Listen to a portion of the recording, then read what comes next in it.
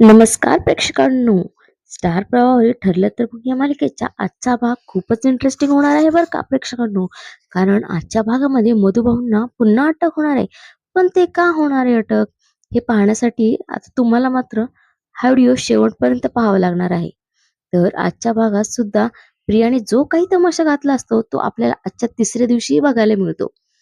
तर आज मात्र अर्जुन खूपच खचलेला असतो अश्विनच्या बोलण्यामुळे.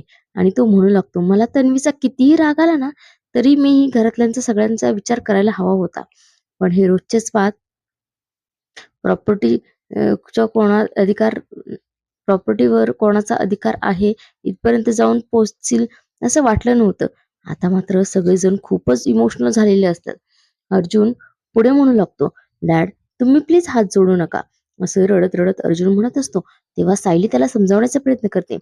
तेव्हा पुन्हा पुन्हा प्रिया तिचा नाटकीपणा सुरू करते प्रेक्षकांनो. आणि पुन्हा आता अश्विनला भडकून देण्याचा प्रयत्न करते. ती अश्विनला म्हणत असते, अश्विन आपल्याला हे मगरीचे अश्रू बघायचे नाहीत. प्रियाचं असं बोलणं ऐकून आता मात्र सगळ्यांना खूपच मोठा धक्का बसलेला असतो. आता मात्र सायली तिच्याकडे खूप रागाने बघते आणि प्रियाच्या जवळ जाऊन तिच्या जोरात कानाखाली मारते. हे मात्र प्रेक्षकांनो बरोबर केलंय हा सायलीने. या प्रियाला ना अशीच अद्दल घडवायला पाहिजे. सायलीचं हे असं रौद्र रूप बघून आता सगळ्यांना खूप मोठा धक्का बसलेला असतो. अजून या सुभेदारांना किती धक्के बघावे लागणार आहेत माहित नाही. प्रियाला अशा जोरदार कानाखाली दिल्यानंतर सायली प्रियाला म्हणते, अर्थाचे अनर्थ करून तुला हवे तेवढे तमाशा करायचे तेवढे कर, पण दगड मारून फोडायला माझं घर हे काय काचेचं बनलेलं नाही. प्रिया आज तू माझ्या घरच्यांच्या डोळ्यात पाणी आणले, पण हे शेवटचे शब्द. तुला आता खूप समजून घेतलं, मी खूप पाठीशी घातलं, पण आता यापुढे मी माझ्या कुटुंबाची ढाल बनून उभी आहे, असं सायली प्रियाला ठणकावून सांगत असते. यापुढे जो चुकणार तोच रडणार. प्रिया असं सायली बोलते प्रियाला.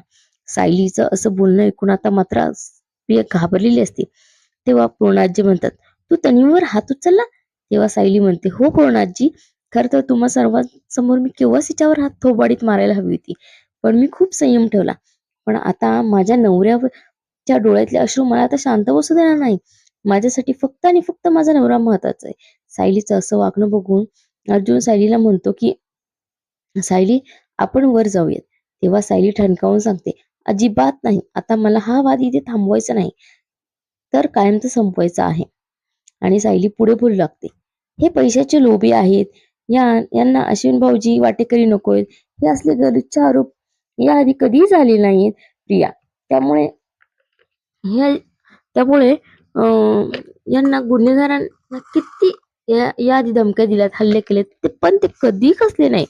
पण आज आज त्यांच्या डोळ्यात अश्रू आले, कारण त्यांना त्यांच्या सख्या भावाचं रूपच सहन झालं नाही. तेव्हा अश्विन सायलीला म्हणू नको, शेवटी दोष माझाच आहे तर.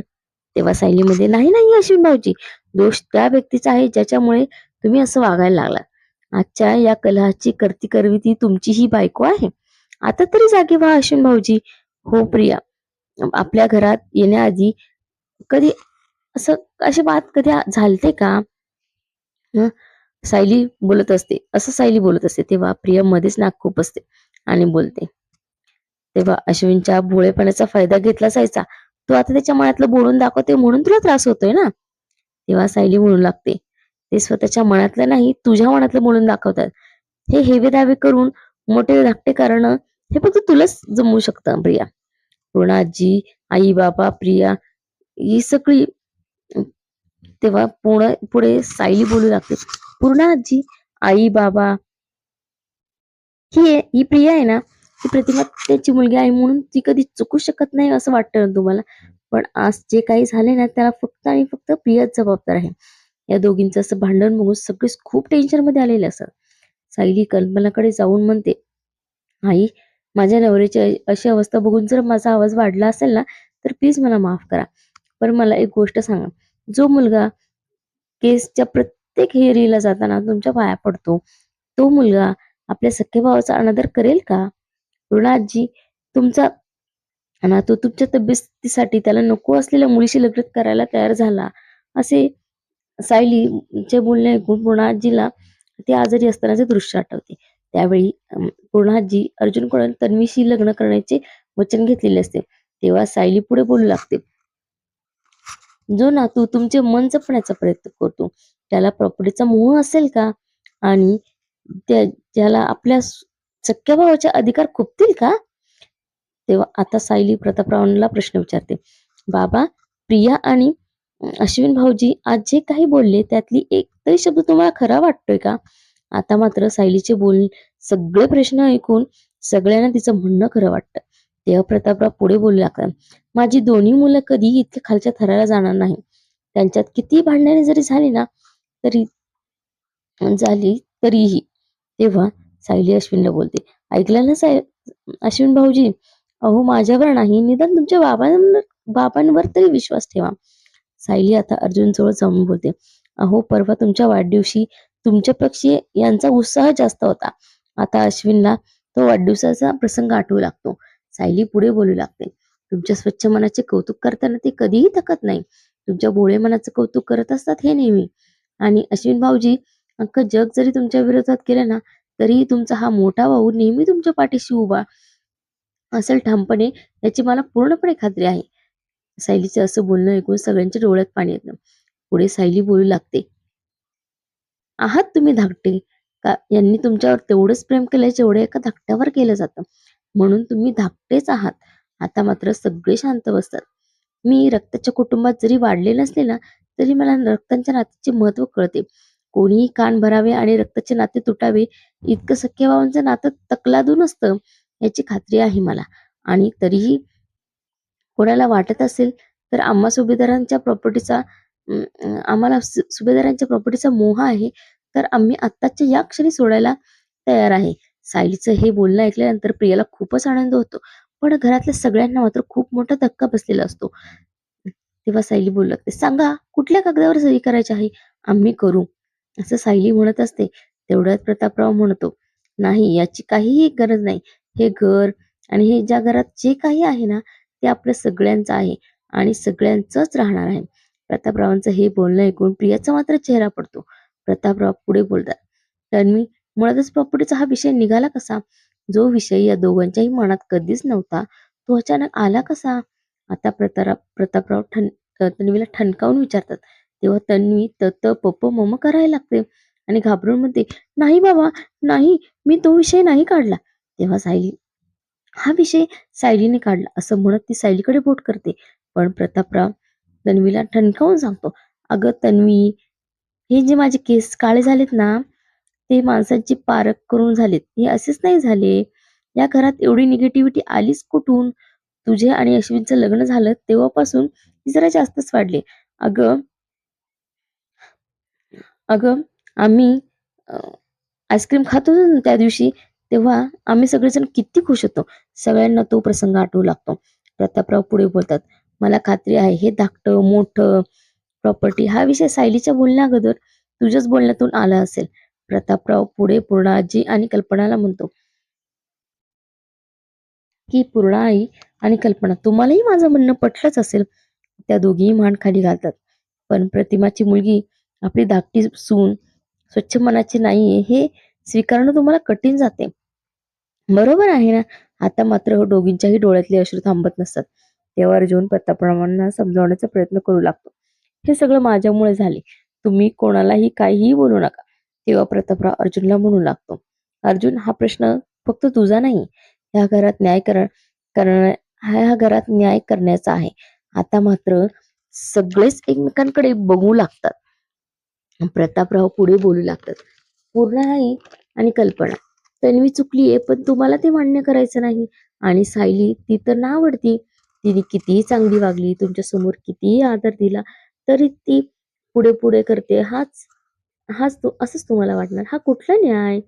सायली अर्जुनच्या पाठीमागे खंबीर उभी आहे आणि मी या दोघांच्याही पाठीमागे खंबीर उभा आहे, कारण माझा सायली आणि अर्जुनवर पूर्ण विश्वास आहे. आणि मला याची खात्री देखील आहे की ते स्वतःहून प्रॉपर्टीचा विषय कधीच काढणार नाही. हे ऐकून अर्जुन आणि सायलीला मात्र खूप आनंद झालेला असतो. आता प्रिया खूप घाबरलेली असते आणि ती तिची बाजू मांडायला लागते. अहो बाबा, मी जेव्हा विषय निघाला काढला ना आमचा जेव्हा विषय निघाला ना तेव्हा तुम्ही तिथे नव्हता. पण मी होते. तेवढ्यात पूर्णाजी तन्वीला गप्प करत म्हणते, "तन्वी, गप्प राहा. तन्वी, तुझ्यात आणि तिच्यात नक्की वाद झाले असतील. पण आज जे काही बोलली आहेस ना तू, याच्याबद्दल तू नक्कीच समज निर्माण करून घेतला आहेस." तेव्हा कुसुम मध्येच बोलते, "हो नाही, मी तिथे होते. तिथे सायलीताई, ताई असं काहीच सायलीताई, सोबत असं काहीच बोलल्या नाही." प्रिया कुसुमला गप्प राहायला सांगते. तेवढ्यात पूर्ण आजी तन्वीला गप्प करायला करतात. फक्त स्वतःला काय वाटतं ते बघू नको. इतरांना काय वाटतं तेही बघायला शिक. विनाकारण हे असले वाद उकरून काढायचे नाहीत. बंद करा आता ते. तेव्हा प्रिया म्हणते, "मी वाद उकरून काढतीये? पूर्णाजी मी? अगं मी तुझी तन्वी आहे ना. मी असं वागेन का?" तर आजी मात्र तन्वीला छान उत्तर देतात. "हो, कारण तेव्हा तू इथे कारण तेव्हा तू इथे जेव्हा बोलतेस ना, की तुझा आवाज माझ्या खोलीपर्यंत ऐकायला येतो. हे बघ, तू माझी तन्वी आहेस. त्यामुळे तुझा स्वभाव आता बदल. पण हे रोजचंच वागणं बघता मला माझा मेंदू काहीतरी वेगळंच सांगायला लागलाय." तेव्हा सायली देखील पुढे येऊन म्हणते, "नीट ऐकलं ना प्रिया? वारं तुला हवं त्या दिशेने वाहणारं थांबणारच ना कधीतरी. आणि ते तू स्वीकार आता. आणि पुन्हा माझ्या घरातल्यांवर असे आरोप केले ना, मी ते खपवून घेणार नाही. आणि माझ्या नवऱ्याच्या जर वाटेला तर जाऊच नको. कारण त्या वाटेवर जाण्याआधी तुला सगळ्यांचं असं वागणं बघून प्रियाला मात्र आता खूप राग आलेला असतो. त्यामुळे ती तिथून निघून जाते. अश्विनही तिच्या मागे निघून जातो. प्रियाच्या अशा वागण्याने घरातले सगळेजण खूप डिस्टर्ब झालेले असतात. आता येणारे पुढील भाग खूपच इंटरेस्टिंग असणार आहे, बरं का. ज्याप्रमाणे मी सुरुवातीलाच म्हटलं होतं, की मधुभाऊंना पुन्हा अटक होणार आहे. तो प्रसंग आता आला आहे. तर पुढील भागामध्ये सुभेदारांच्या घरी पोलीस येतात आणि मधुकर पाटील इथेच राहतात का असं विचारतात. तेवढ्यात प्रिया म्हणते, "हो, इथेच राहतात. आपल्याला माहिती आहे ना प्रिया किती आगलावी आहे ते." पोलिसांच्या पाठीमागे लगेच प्रेसवाले सुद्धा आहेत. सगळेजण खूप घाबरतात. अचानक हे सगळं काय घडते म्हणून. प्रेसवाले सुभेदारांना विचारू लागतात, "ते तुमच्या घरी कसे काय राहतात?" तेव्हा कल्पना म्हणते, "हे बघा, आम्ही तुम्हाला कुठल्याही प्रश्नांचं उत्तर देणार नाही आहोत." पण प्रेसवाले अजूनही प्रश्न विचारतात. हे बघून सगळे खूप गोंधळून जातात.